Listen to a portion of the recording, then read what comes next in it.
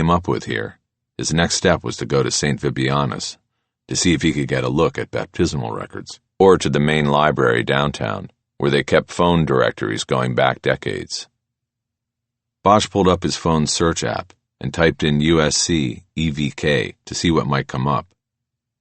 It got a hit right away.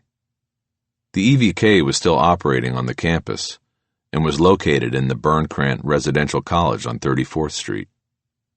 He pulled the address up on his Maps app and was soon looking at an overview of the sprawling campus just south of downtown. Vance said Vibiana had lived only a few blocks from the EVK and walked to work. The campus ran along Figueroa Street and the Harbor Freeway corridor. This limited the number of residential streets in the area with direct access to the EVK. Bosch started writing them down, along with address spans, so he might be able to place the Duarte house when he checked the old phone directories at the Central Library.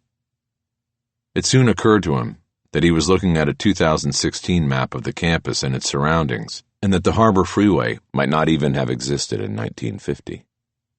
That would give the neighborhood around USC a completely different makeup.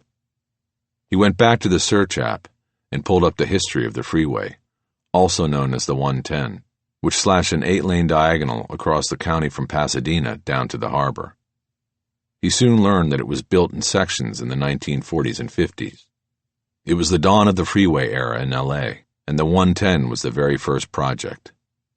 The section that edged the east side of the USC campus was begun in 1952 and completed 2 years later, both dates well after the time Whitney Vance attended the school and met Vibiana Duarte.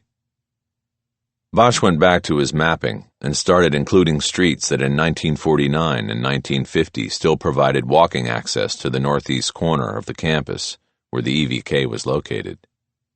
Soon he had a list of 14 streets with a 4-block range of address numbers. At the library, he would first look up the name Duarte in the old directories and see if any were located on the streets and blocks on the list.